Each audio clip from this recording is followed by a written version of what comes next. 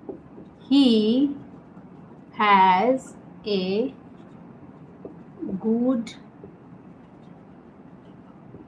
memory.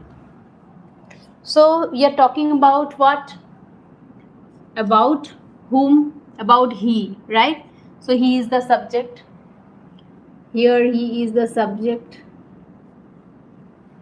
And the rest part, what we are talking about that he has a good memory. So this is the predicate. Okay. In the same way,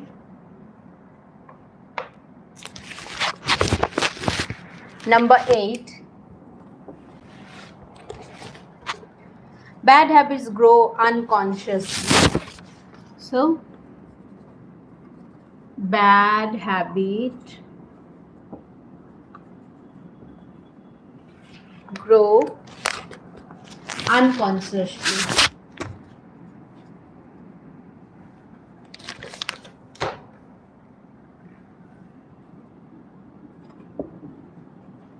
Okay.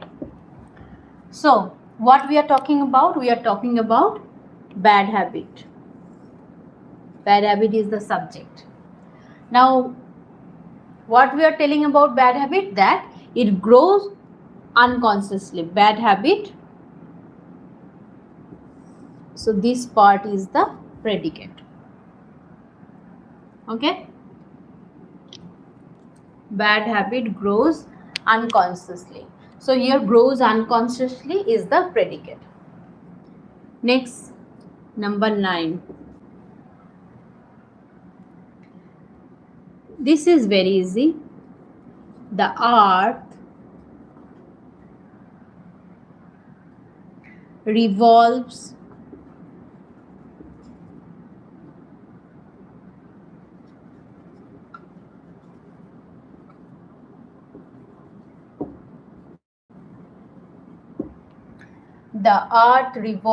around the sun. So this sentence, the universal truth, this is known to everyone, right? Now in this sentence, what we are talking about? Here you will say the earth is also there, the sun is also there. Now you have to understand that we are talking about whom? We are talking about the earth. The earth revolves around the sun. That means we are talking about whom? The earth. So the earth is the subject over here.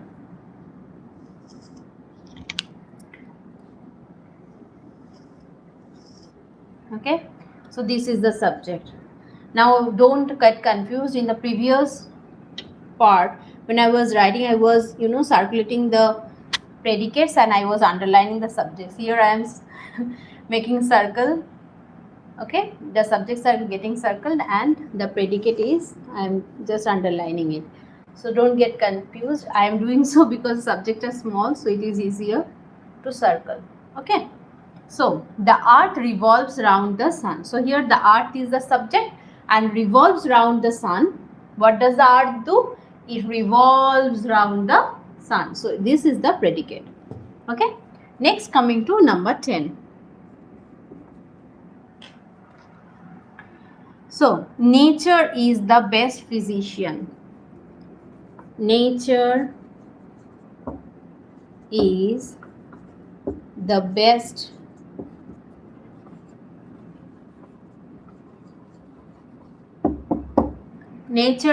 best physician. So here we are talking about whom? We are talking about nature. So nature is the subject.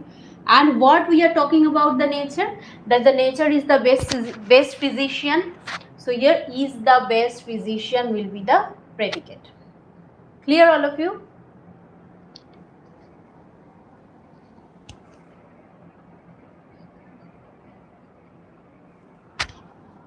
Next, coming to number, I am removing the lower parts 5 and 6.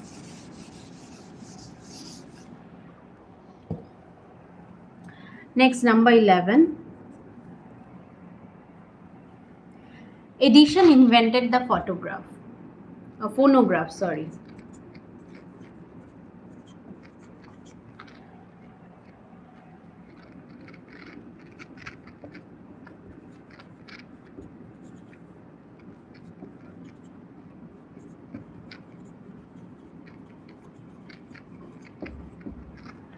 So we are talking about whom? About Edison. So this is the subject over here. And what did he do? He invented the phonograph. So this is the predicate. We are talking about Edison in this sentence. So he is the subject, and what he have done? So invented the phonograph is the predicate. Okay. Next, coming to number 12.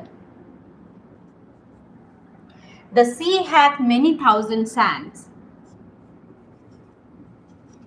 The sea hath many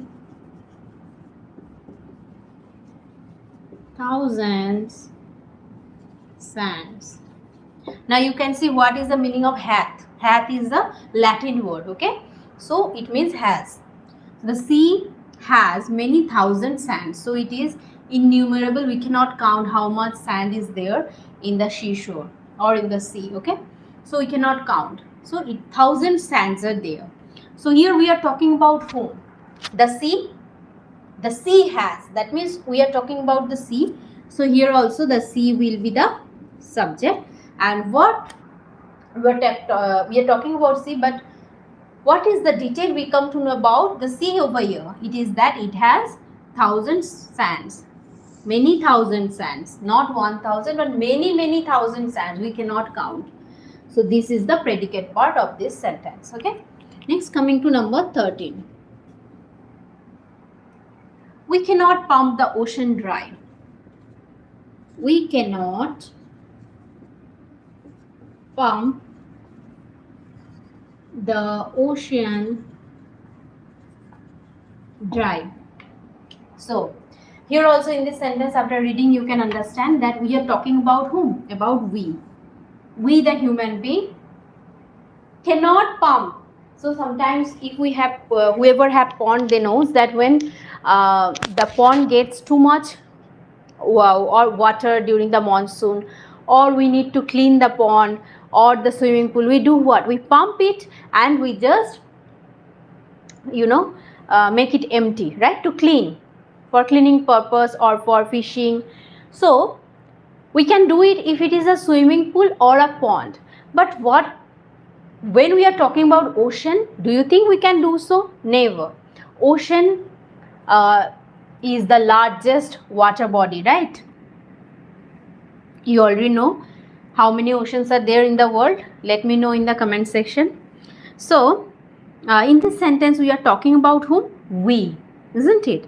So we cannot pump the ocean dry. So we is the subject, and what we are talking about. I am getting call again and again.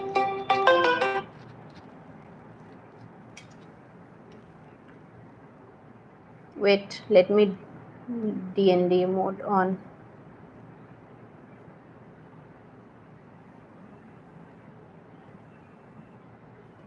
I have already done, so I don't know what happened. Getting numerous calls today. Everyone is calling today only. So whatever I said, we cannot pump the ocean dry. So here we is the subject, and whatever we are talking about us is cannot pump the ocean dry. So this is the predicate. Okay. So I am removing it once again.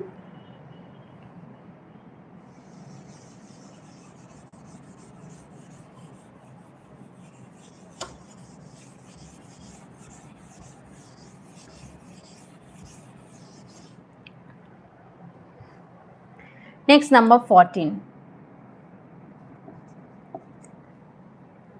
Borrowed garments never fit well.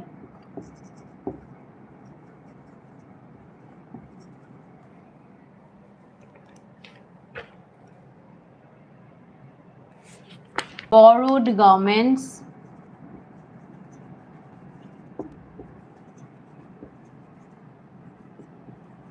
never fit well. Okay. So we are talking about what in this sentence? We are talking about the borrowed garments. When you are borrowing some garments from anyone, so your body have a different size, some other people will have different size, right? So if you take a dress from someone and you try it, but you can see it will not fit you well. So this is what this sentence tells. But in this sentence we are talking about what? About the borrowed garments. So this is the subject. And what we are talking about borrowed garments? That it never fits well. So this is the predicate. Understood? Next, coming to number 15. The early bird catches the worm. This is known to everyone.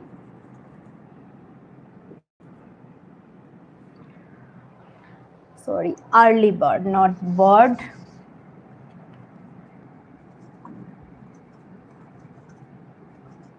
So this is an idiomatic phrase, right? So if you are an early riser, you are the real winner, because you will get the whole day to complete your work. Here the early bird catches the worm means the bird which gets up early will get the bird eats worms, right, from the trees, from the plants. So if the bird which wakes up early will get all the worms over there, isn't it? The late riser will not get, because early riser will already eat all the worms. So wake up early in the morning. So here the early bird we are talking about is the subject, and what we are saying about the early bird, that it catches the worm. So this is the predicate. Okay. Next, number 16. I don't know who is calling, but if you are going to my video, then I will call you later. Okay. Next, number 16 is all matter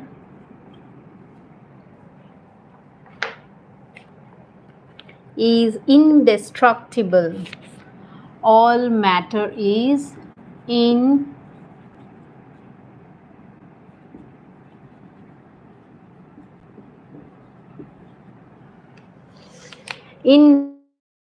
indestructible.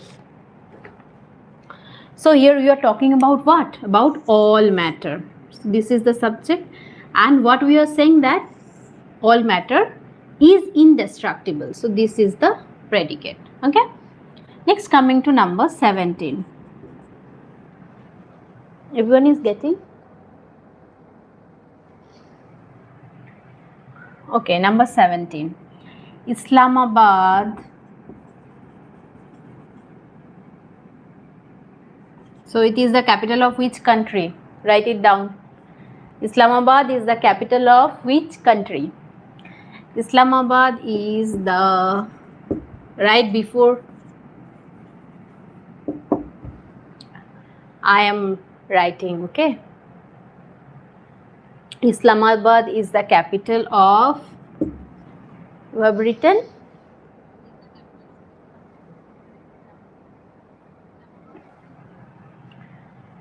Pakistan.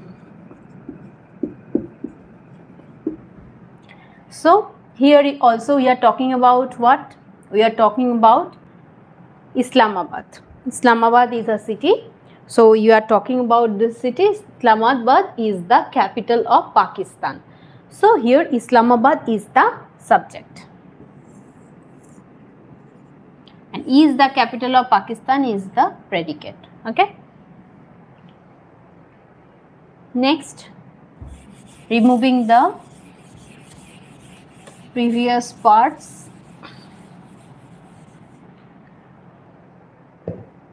Number 18. We should profit by experience.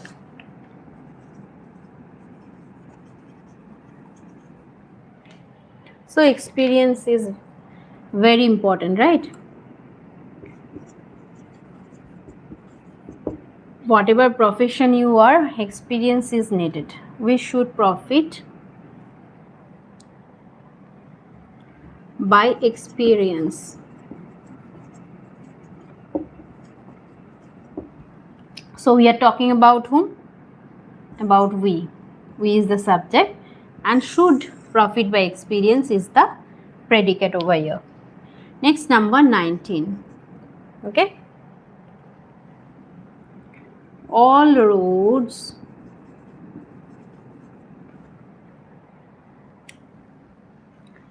lead to Rome. All roads lead to Rome. So you are talking about all the roads.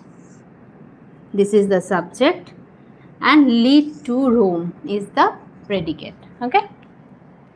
Already I have discussed about many sentences, so I am now doing it directly. I think you can understand, but even if you have any query, ask me. A guilty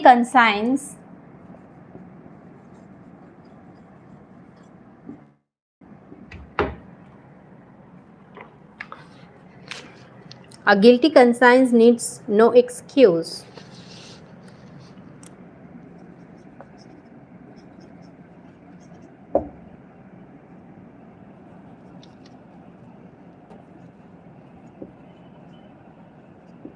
A guilty conscience needs no excuse.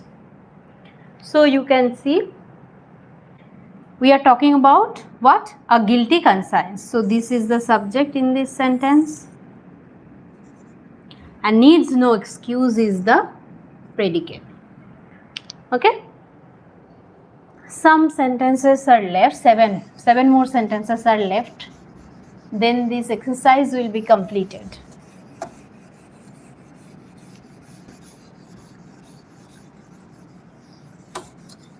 If you want some other exercises from any grammar book to be completed or be discussed in my class, then you can comment.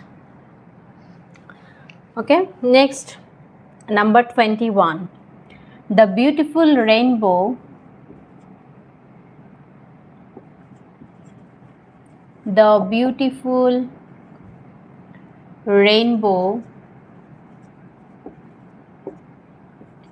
soon faded away. These last 7 are somewhat difficult. Okay, the previous ones, whatever we have done, were easy, right? But in this sentence also you can see the beautiful rainbow soon faded away. So we are talking about the beautiful rainbow, right? So this is the subject, and what we are telling about the rainbow, that it soon faded away. So this is the predicate. Okay. Now sentence number 22. No man can serve 2 masters.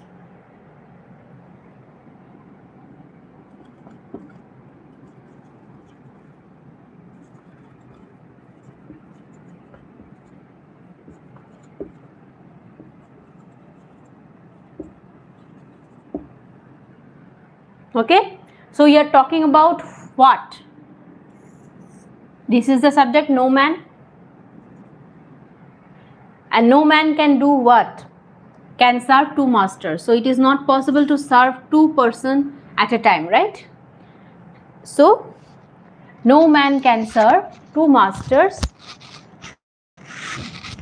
Here no man is the subject and can serve 2 masters is the predicate. Next, coming to sentence number 23. A sick room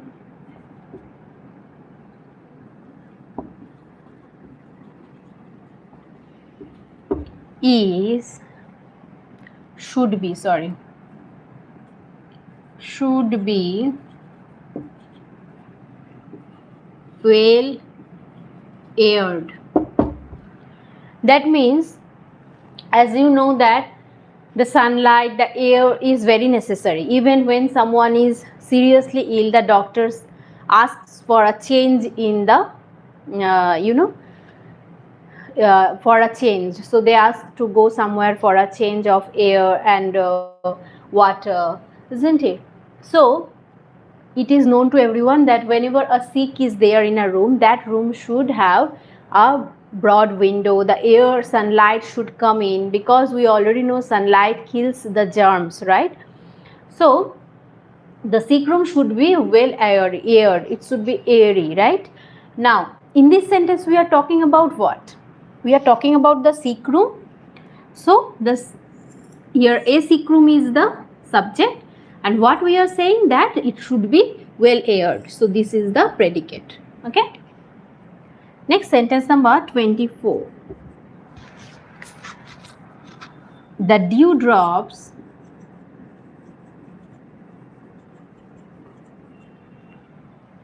glitter in the sunlight.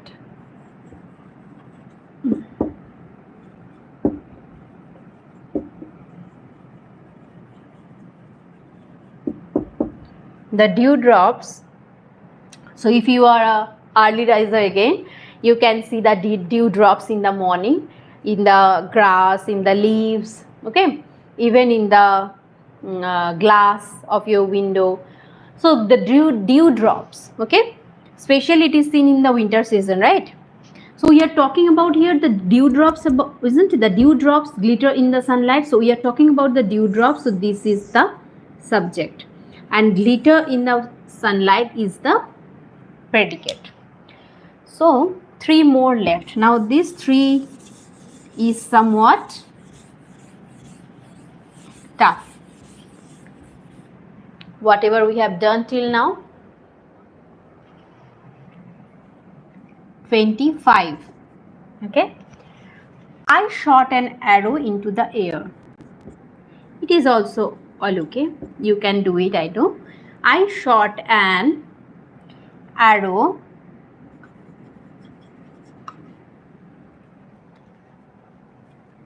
into the air.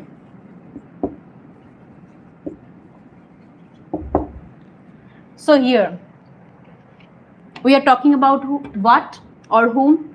What is the subject of this sentence? We are talking about whatever we talk about, maybe a thing or a person, we know it is the subject. So here we are talking about I. So I is the subject. Now whatever we are telling about the subject is known as the predicate. So here I did what? Shot an arrow into the air. So I was the person who shot an arrow into the air. So this part is the predicate. So I, we are talking about the subject I, and what is the subject doing? Shot an arrow into the air. So this is the predicate. Next, number 26. 26. So this one you have to say. A barking dog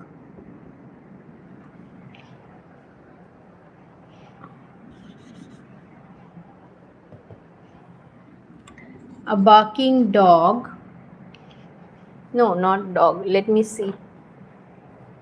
A barking sound the shepherd hears. Wait.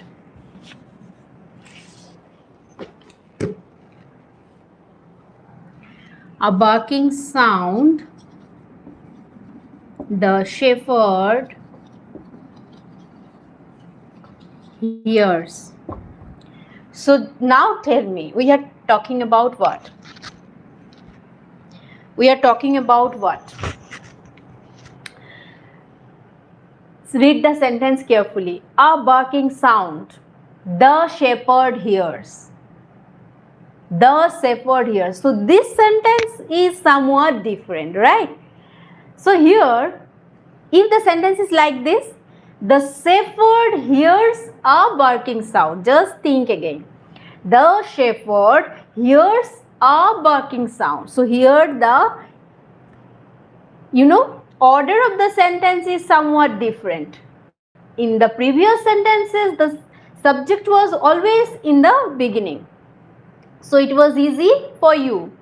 Like the beautiful rainbow soon faded away. So we are talking about the beautiful rainbow. But in this sentence, we are talking about a barking sound the shepherd hears.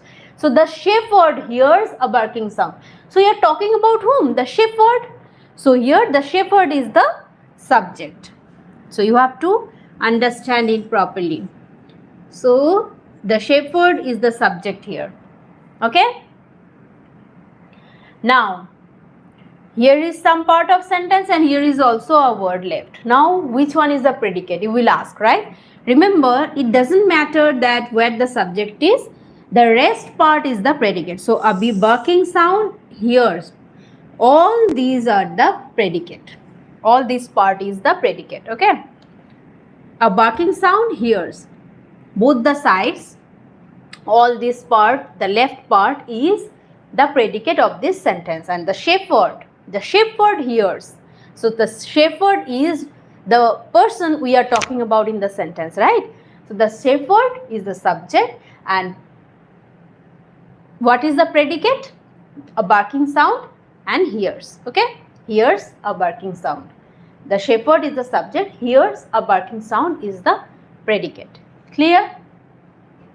Whatever we come to know about the subject of the sentence, subject in a sentence is the predicate. So in this sentence we are coming to know that the shepherd does what? He hears a barking sound. Last one again, it is also somewhat like this. On the top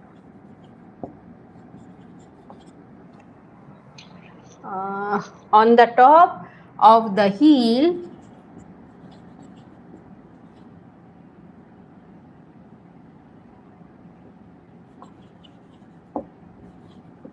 lives